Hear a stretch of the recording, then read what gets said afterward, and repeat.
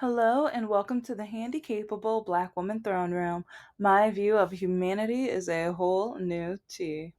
Hi, hello to all my lovelies, my beautifuls, my royalty.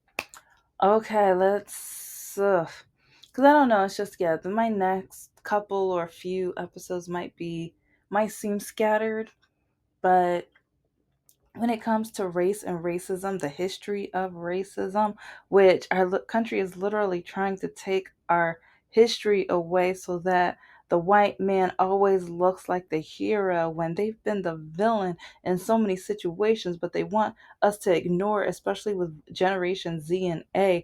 They want to just whitewash and disregard, but then stereotype the black community as being violent and everything like that. And especially on the news right now, we keep hearing about like all of this violence, which is one reason we need to have and focus on mental health of the like male community, but especially now the male community and the traumas and different situations that they have to face every day, and the heartbreak, and how a lot of men cannot just deal with heartbreak. How come so many more women can handle it, or at least handle it in a non well okay, let me back up, because a lot of who a lot like especially a certain demographic of women, they're able to not do well. mm, well, let's just say like men are 10 times more like likely to be violent than women, but then a lot of women, I don't know why, but when I break up with a man, I celebrate. And yes, it hurts at the beginning, but sometimes it hurts me because I'm like, why did I waste so much time with this guy? Why did I allow him to gaslight me? Why did I allow him to love bomb me even though I was not interested in him? Why did I not allow him, like, not allow myself to, like, just keep on with the rejection? But he was like, no, but give me a chance. Look at me, come on now. But look how you walk. You have to give me a chance because like no other man's gonna be like oh, blah blah blah blah blah blah. Or oh, I said, but you're a black woman. You're supposed to be with a black man, and or it's like oh yeah, but not many people want to date black women, so you got to give me a chance. Blah blah blah. Like just on and on and on, and the gaslighting and just the love, the fakeness too. But so yeah, the next few episodes might be scattered, but when it comes to racism, Black people, we face racism with dating. Check out my dating nightmares on. Oh yeah, check out my Patreon. I have dating nightmares, river of racism, scams and scammers and crime, and it's a mixture like history and like facts that we should learn and know, and a mixture of everything. And I'm gonna start doing lives on there and videos just for Patreon and stuff. But for right now, it is what it is. Yeah, it is what it is. So, anyways, okay. With racism, like I said, like when it comes to dating and work, like a lot of white people's like, oh, well, you only got the job because you're black. And it's just like, but I already mentioned a little bit about that in the last episode, which is one reason why I've always wanted to own a business, but then my mom threatened to throw me out the house. But yeah, catch up on the over 700 episode. Yeah, because I want to say I'm creeping up to 750, but yeah, it's like I'll still say 700 or whatever. But yeah, it's like I've always wanted to own a business, so and I'm so close. I'm literally in the makings of the product, so excited.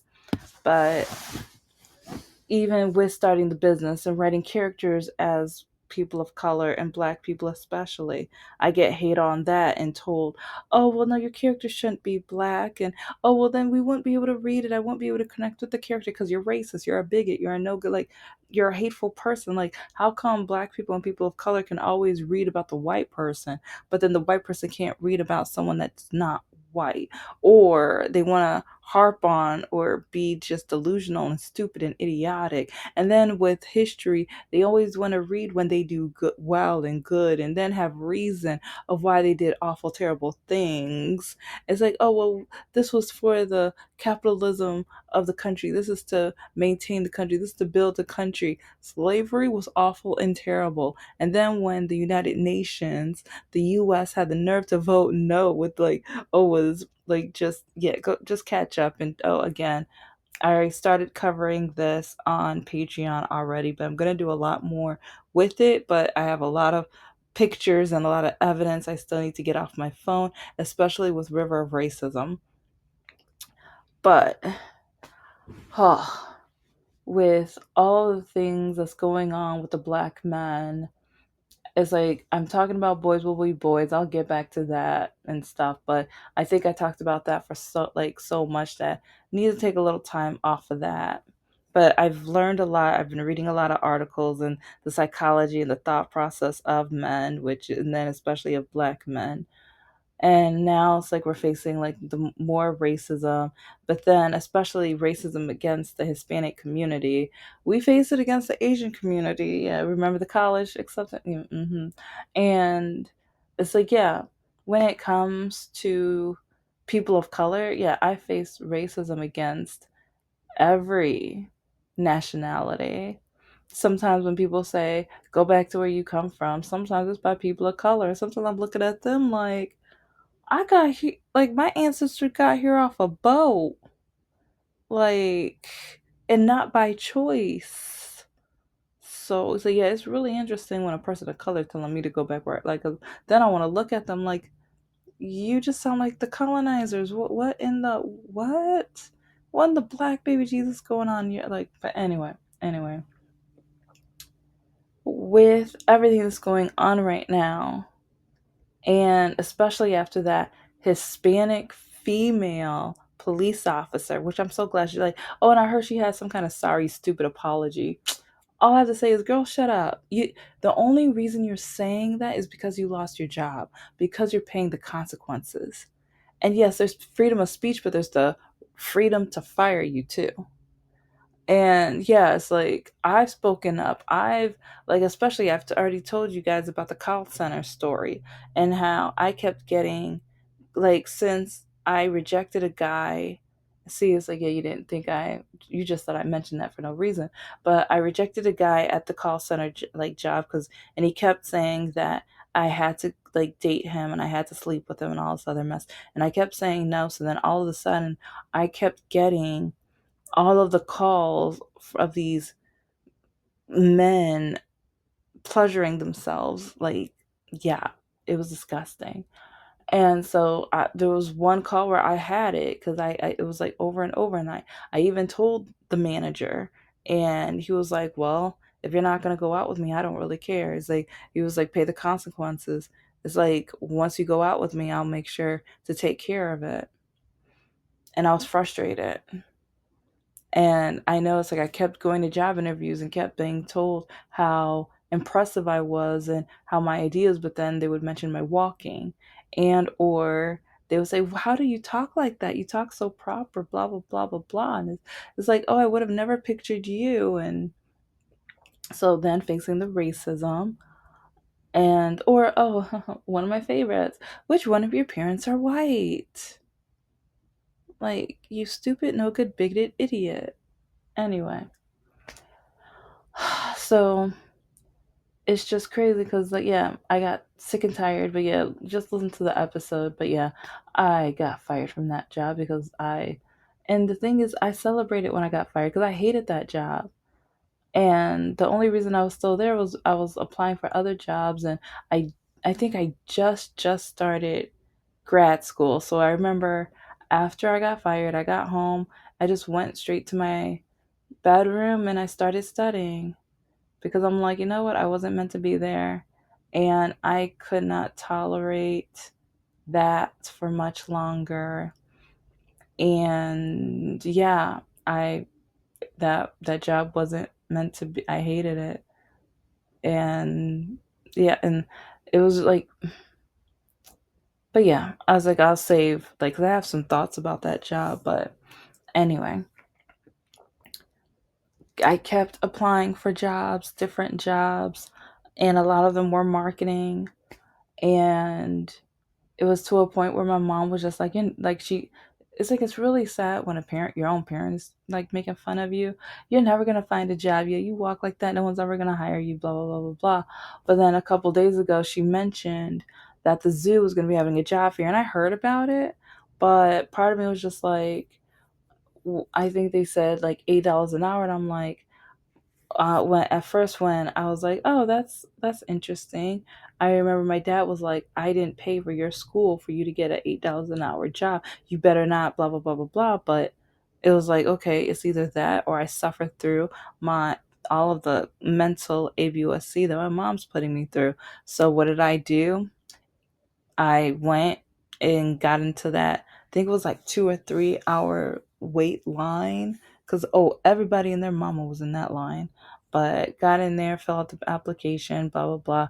Like a few weeks later, got a call for an interview, and I got it. But then I was so nervous, and then I got a different position. But then later on, they switched me over to the butterfly exhibit, and yeah, it was beautiful, amazing. I was so happy, and even though it's $8 an hour, I loved the job. It's like I had one of the like actually I think she was like the one of the best bosses because when I did promotional modeling, that was one of my other, and yeah, I still talk to her till this day, the first promotional modeling. And but at the at the zoo, I remember applying for jobs there, and not like higher up jobs, management jobs, and especially since I have my degree, and like their event planner, like who, yes, I have thoughts on her. I have many thoughts on her. It's like part of me, I kind of wondered, does she not like black people? But that was like like sometimes asking her questions. She was so rude to me, but then there would be like a white coworker that would ask her, and all of a sudden like her tone was so like, so it was to a point where if the white girl was around, like, oh, can you ask her? And she was like, oh, okay. And it's like, because she one time she saw how the event planner spoke to me, and because she was like, are you okay, what happened? And I was like, I don't know. It's like, I know with the wedding that's going on tonight, I was trying to ask if they would want, I think, the TVs, or like if they wanted, oh, there was a mini theater, and I was asking if they would want that on or not, because some of the weddings do, some of them don't. And I think it was something else too, but it's like part of me was just like, if she was busy, she could just said, I'll come back later or whatever. But it was so shocking when like the white coworker noticed and heard. And so ever since then, like it, because there was a time where our manager of our department was she was like crazy busy, so she asked me to handle the event for a couple nights or whatever. And so I was trying to like communicate with, but it's like, and it's still frustrating to this day, but I had to go through the white young lady until the event night, because she didn't work the events, so it's like during the day or whatever, like if I had a question, I'm like, yeah, can you handle it, because but then at night, like I mean, I dealt with her, and since she was in front of the bride, like 'cause I always had to do it in front of customers, because I always had to be in front of people, I learned. So it's like, especially, well, not in front of coworkers, because she'll still do that in front of coworkers, which was really rude. But it's like in front of the bride. Oh no, she had to be as nice and polite and just like comforting as possible, because she wants that tip. She wants to have beautiful compliments and recommendations for other people. And so, yeah, I learned that trick. I learned, okay, I'm like, okay, I learned what I got to do. All right. But it's really sad that I had to do that. And it's really sad that she didn't treat my white or Caucasian coworker the same way. And then when I interviewed for, because okay, even at the zoo, as you may have remembered from previous episodes when I talk about the job, they gave me the nickname of the butterfly girl.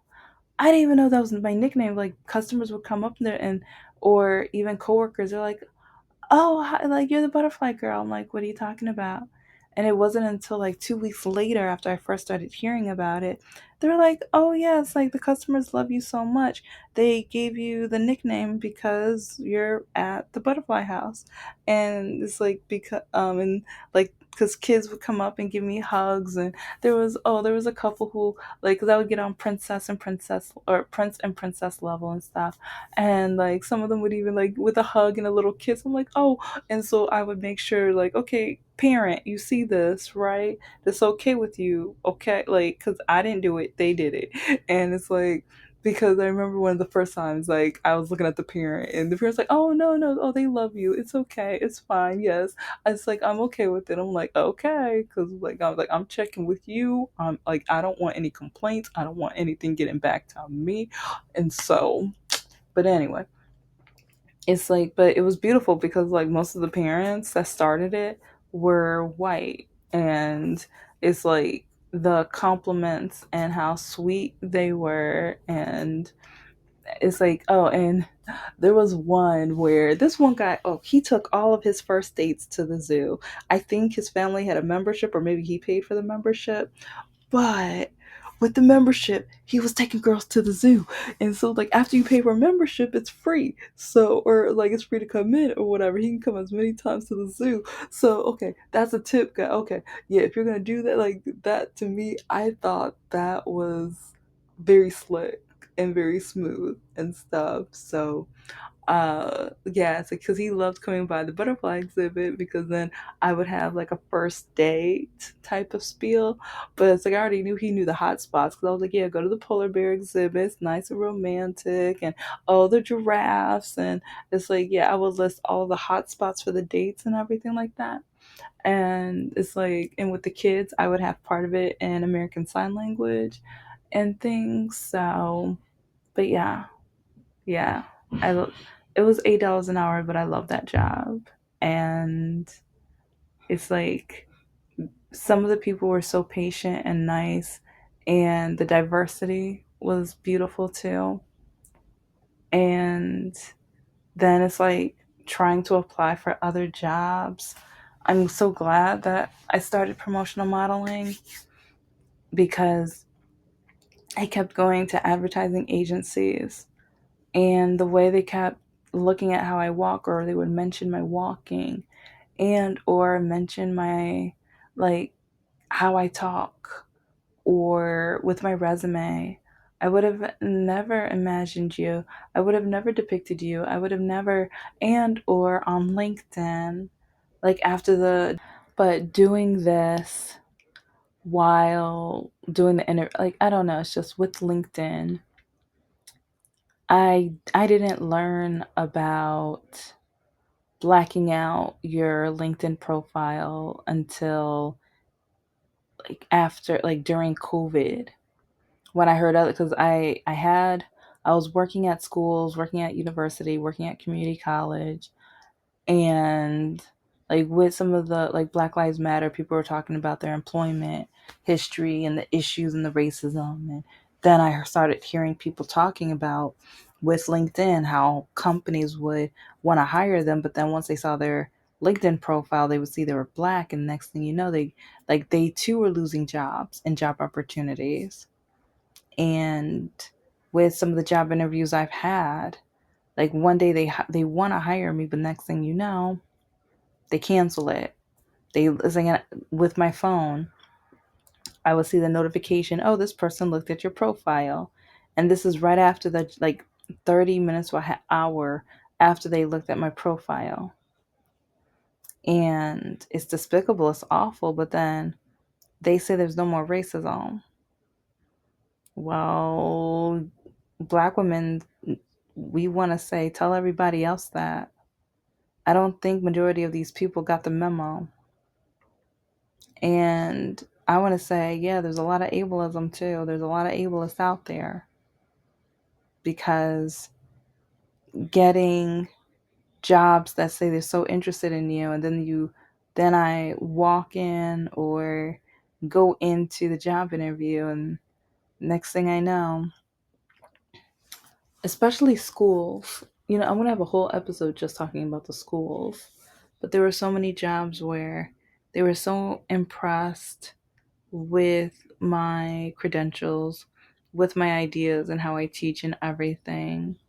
And that I actually wanted, like, it's so sad how I had so many students who didn't want to come to my class because I made them think. They literally said because I made them think, and or I expected them to be creative or think outside the box or have an idea. And this is one reason why I hated fill in the blanks, and this is another idea why I didn't like the textbooks. I would teach from the books, but I wouldn't teach like, or I wouldn't do the assignments from the books because the kids were like, oh, okay, yeah, fill in the blank, copy paste, whatever. Look at this, like, look at in, like, some of the students even knew, like, oh, almost every other paragraph is going to be the answer. I find those words and fill in the blank and I'm done. They're not learning. They're not learning. And so when I would get offers to teach, but then I get there and they're like, oh, how would you get to the classroom? Our elevator doesn't work. Do you really want to work? You don't qualify for government assistance? That got on my nerves. How dare you? But then it's really funny because some people are like, you just want to live off, like, or like when they're taught, like, people are on being interviewed on the news or on YouTube or whatever. You guys just want to live under the government. You don't want to work. You don't want to do this. You don't want to, like, okay, tell the people that I went to job interviews at, because especially the private school, there's a couple private schools, but there's one specific where I literally got hired in. They called me in so that I can prepare and, like, get to know the principal and their curriculum and everything. But then I did, and this is like a Catholic school, or at least religious school. I got in there, and oh, next thing you know, are you sure you want to work here? I don't think you want to work here. Do you think you're probably gonna need an assistant? And yet we don't know. Like, it's like everything. They were just twisting and turning. It looked like a roller coaster with how they were twisting their words, and just got to the point where it's like they were like, oh well, why don't you think about it? It's like, yeah, it's like, why you wouldn't want to work here? Why would you, like, no? It's like, take it. Oh yeah, they were the ones. They were, or one of the ones who told me take advantage of the government. Like, it's like, you can just stay at home. You're so lucky. Yeah, yeah. The I want to say he was a priest, but yeah, I forgot his spiritual, like, title or whatever. But I would never forget when he said, you're so lucky, like, yeah, just stay at home. The ableist. But we don't just face racism with jobs, we do with dating and even shopping. I've already told you guys about the Walgreens and, like, just the pharmacy situations of, like, walking around the pharmacy, getting followed. And it happens at other stores too, but, like, where I am, oh yeah, the suburbs, it happens a lot. And it's really disgusting how much it happened. And I don't it's just sickening because, like, when it comes to employment, Black women have the hardest time. When it comes to dating, we are the least wanted.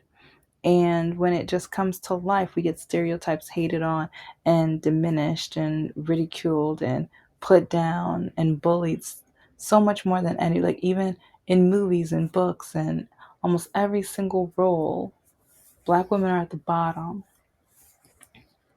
But then they want our body features. They want some of our skills, our creativity. They want our fashion. They want our music. But they don't want us.